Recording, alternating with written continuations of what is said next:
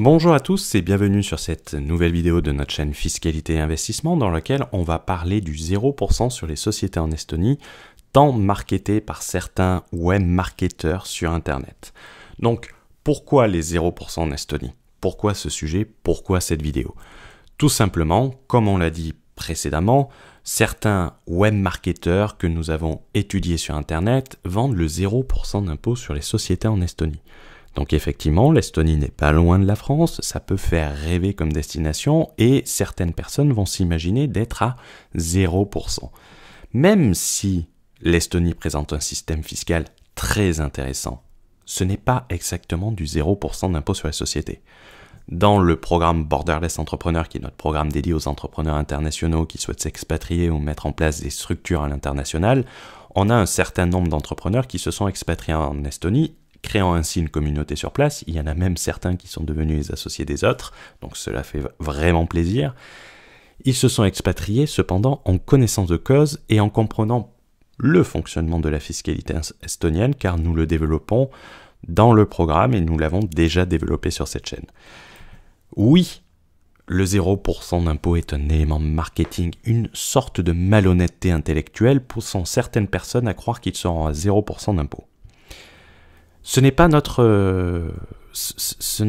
notre style d'essayer de vendre du rêve à des web entrepreneurs qui vont tout plaquer en espérant d'être à 0% d'impôt et se rendre compte qu'en réalité, ils ne seront pas tout à fait à 0% d'impôt. Attention, on ne dit pas que c'est pas bien. On dit que si vous pensez être à 0%, cela ne sera pas le cas. Donc, pour mieux comprendre, il va être nécessaire d'étudier le fonctionnement de la fiscalité estonienne. La fiscalité estonienne est la suivante. Il y a 20% d'impôt sur les sociétés sur les bénéfices distribués ou réputés distribués. Ne vous inquiétez pas, on reviendra sur cette notion vers la fin de la vidéo. Il y a 0% d'impôt sur les dividendes, sauf dividendes provenant d'un pays à fiscalité privilégiée, c'est une règle estonienne. C'est un des rares pays en Europe à avoir une fiscalité à 0 sur le dividende. De mémoire, c'est la Lettonie et l'Estonie.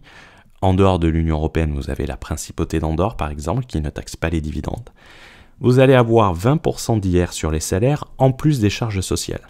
En gros, en Estonie, c'est une flat tax de 20%. Soit 20% sur la société, soit 20% sur les salaires. Prenons un exemple pour que ça soit bien compris. Votre société dégage 150 000 € de profit avant salaire, c'est important, donc c'est pas exactement du profit, certains vont nous dire sinon ça serait pas du profit, mais c'est pour bien comprendre. Vous vous versez 50 000 € de salaire brut chargé. Vous allez avoir 12 331,84 € de social tax à payer en Estonie, 298,95 € d'assurance chômage employeur, et vous allez recevoir à titre personnel 37 369,21 €, qui est le salaire que vous recevez. 50 000 €, c'est le salaire chargé distribué par la société. C'est ce que cela coûte à la société.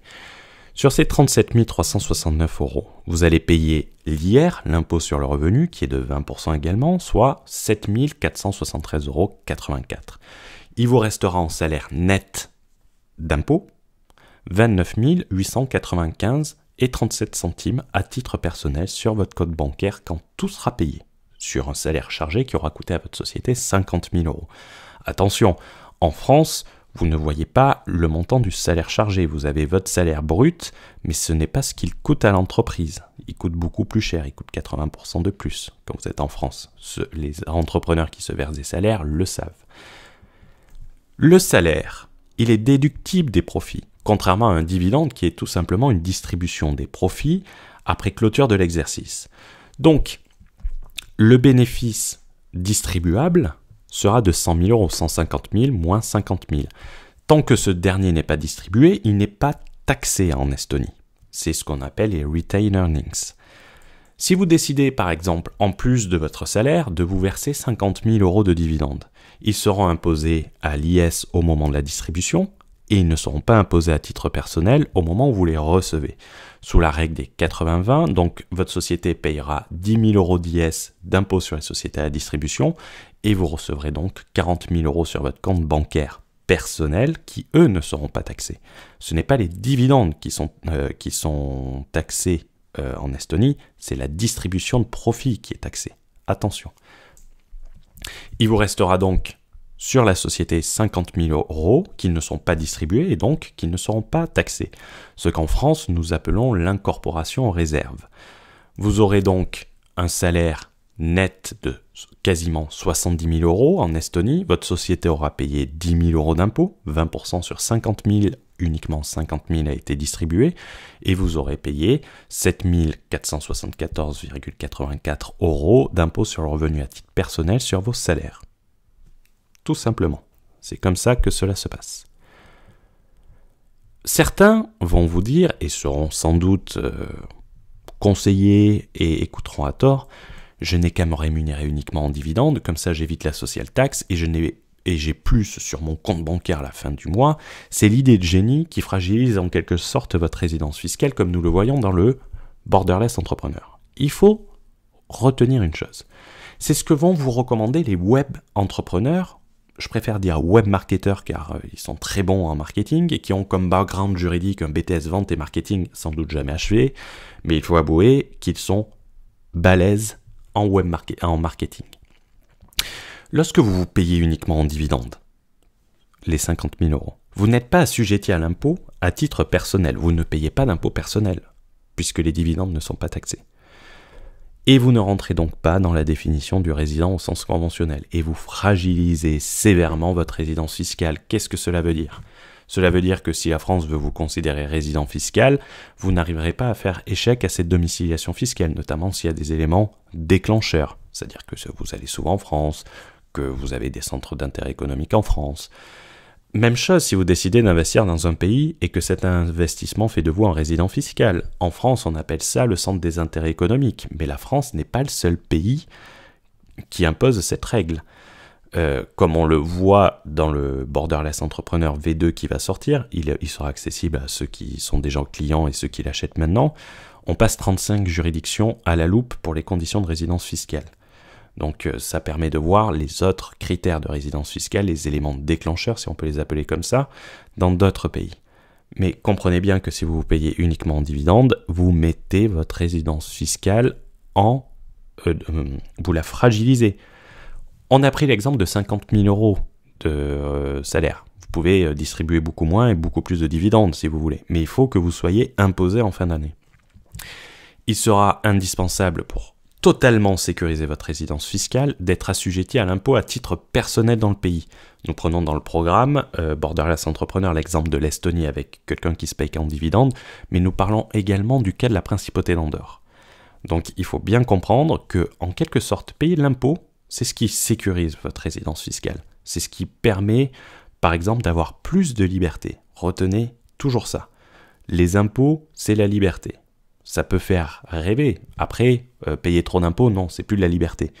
Mais les impôts vont vous permettre d'être beaucoup plus libre, car ils vont vous protéger en quelque sorte. Et c'est ça qui est important dans ce slide. Également, pour finir, on a parlé de l'imposition des revenus distribués ou réputés distribués. Mais qu'est-ce que ça veut dire réputés distribués ? Comme nous l'avons vu, l'impôt sur les sociétés en Estonie est prélevé sur les bénéfices distribués ou réputés distribués. Que veut dire donc réputé distribué ? Ça veut dire tout simplement, il s'agit des frais dont la déduction n'est pas admise, car pas engagée dans l'intérêt de votre société ou non déductible en raison du droit estonien. C'est-à-dire que quand vous implantez dans un nouveau pays, il faut s'occuper du droit estonien, de voir les droits à déduire, qu'est-ce que vous avez le droit de passer, qu'est-ce que vous n'avez pas le droit de passer. En France, vous avez des choses où la déduction est complètement interdite, et ensuite pour que la déduction soit admise, il faut qu'elle soit engagée dans l'intérêt de la société. C'est plus ou moins partout pareil, sauf dans certains pays où il y a un très grand laisser-aller. Mais ne pensez pas que créer une société dans ces pays vous permet d'être assujetti aux règles fiscales de ce pays si vous la managez d'un autre pays. C'est les règles fiscales du pays depuis lequel vous le managez. On l'explique également dans le programme. Reprenons notre exemple précédent. Il y a eu 50 000 € de distribution, 50 000 de salaire et donc 50 000 qui ne sont pas distribués et qui ne sont pas taxés. Si par exemple, vous passez sur votre société l'ensemble de votre appartement, c'est-à-dire que vous avez un loyer de 1 000 €, vous avez mis votre société, vous dites puisque c'est mon bureau également, je déduis tout. La règle généralement admise et de 30% du loyer en déductible, c'est généralement admis, ça peut être plus, ça peut être moins, c'est au cas par cas. Donc si vous passez l'ensemble du loyer, les 1000 euros, vous avez le droit de déduire que 30%. Donc il y aura 700 euros qui seront réputés distribués, soit 8400 euros en fin d'année. Ces 8400 euros, vous payerez 20% dessus car ils sont réputés distribués. Le droit estonien va considérer que vous avez une distribution. Même chose si vous utilisez la carte bleue de votre société pour payer des voyages, restaurant à vos parents, facture de complaisance. En plus de la distribution, il y aura sans doute à la clé des pénalités, de l'impôt supplémentaire et des risques, certains risques. En France, vous payez un voyage avec la société, ça peut être qualifié d'abus de biens sociaux. Est-ce que c'est pareil en Estonie ? Il faut le voir, il faut faire attention et il faut s'intéresser dans les pays dans lesquels vous vous mettez, dans lesquels vous gérez votre société. Donc, à titre de conclusion, qu'est-ce que nous pouvons dire ? Être chef d'entreprise, ce n'est pas une chose forcément facile. Quand quelque chose est trop beau pour être vrai, c'est que tout simplement ce n'est pas vrai.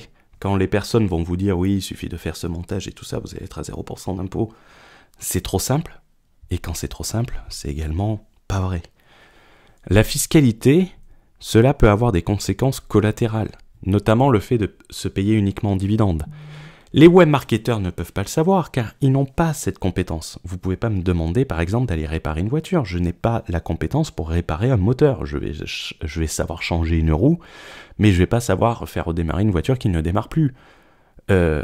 Et ces webmarketeurs qui n'ont pas forcément cette compétence, même s'ils lisent beaucoup de Deloitte, Tax Highlight ou rapport KPMG, etc., nous rappelons que ce ne sont que des résumés de la fiscalité.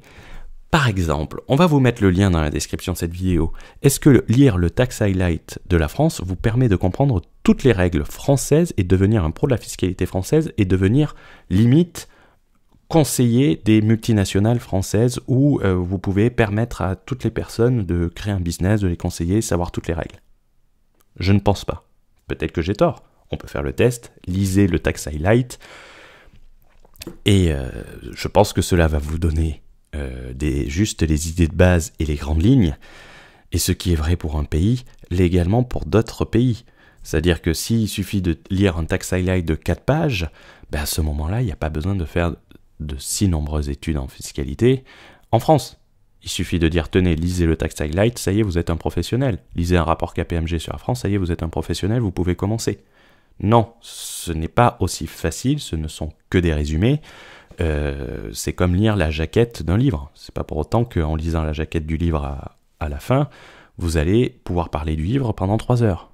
Il faut en avoir conscience. Et ce qui est applicable pour la France, applicable pour un livre, l'est également pour les autres pays. Également, pour ceux qui veulent aller un tout petit peu plus loin, n'hésitez pas à nous rejoindre sur notre page Facebook Fiscalité Investissement pour des informations importantes, notamment par exemple des changements de TVA qui ont lieu au 1er septembre. J'ai fait une erreur sur le slide, de 23% à 21% à cause du coronavirus en Irlande. Donc si vous vendez en Irlande, pensez à ça. Et nos événements également qu'on publie sur notre page Facebook, notamment les conférences en ligne pour s'inscrire et pour y participer. Vous pouvez également nous rejoindre sur notre Discord pour échanger avec une communauté de web entrepreneurs. C'est entièrement gratuit, il suffit de suivre le lien qui est dans la description, renseigner votre adresse mail pour recevoir par mail votre invitation, donc renseignez une bonne adresse mail.